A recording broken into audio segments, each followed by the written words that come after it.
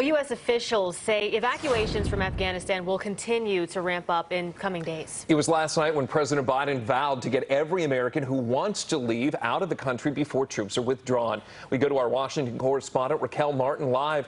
And we know this could mean some troops end up staying past the deadline. Raquel, good morning.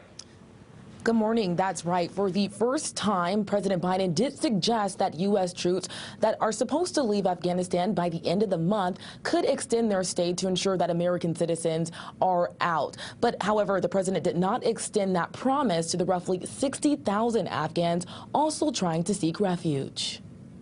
U.S. officials say they're ramping up evacuations out of Afghanistan. It's an all-hands-on-deck effort, and we aren't going to let up.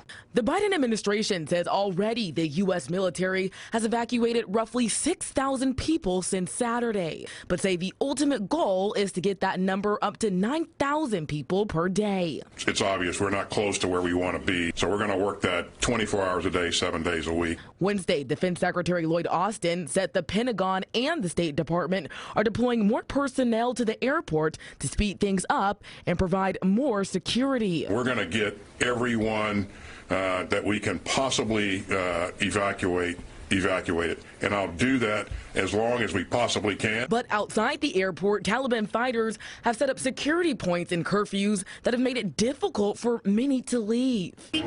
Overnight, chaos broke out as hundreds of Afghans without needed paperwork but desperate to flee crowded the streets nearby. U.S. officials at this point say they cannot ensure safe passage to the airport, but are warning the Taliban to back off and maintain a peaceful operation. However, there are threats, and we're closely monitoring those. At any moment, they could happen. We will take immediate military action without hesitation in accordance with our rules of engagement. And the Taliban and every other organization in that country knows it. And as we wait to see evacuations ramp up, President Biden continues to face backlash over his withdrawal strategy. Now, last night he did defend this strategy, calling what the chaos that we're actually seeing unravel inevitable. For now in Washington, Raquel Martin, back to you. Hey, Raquel, before I let you go, do we know how many people are still waiting to be evacuated right now?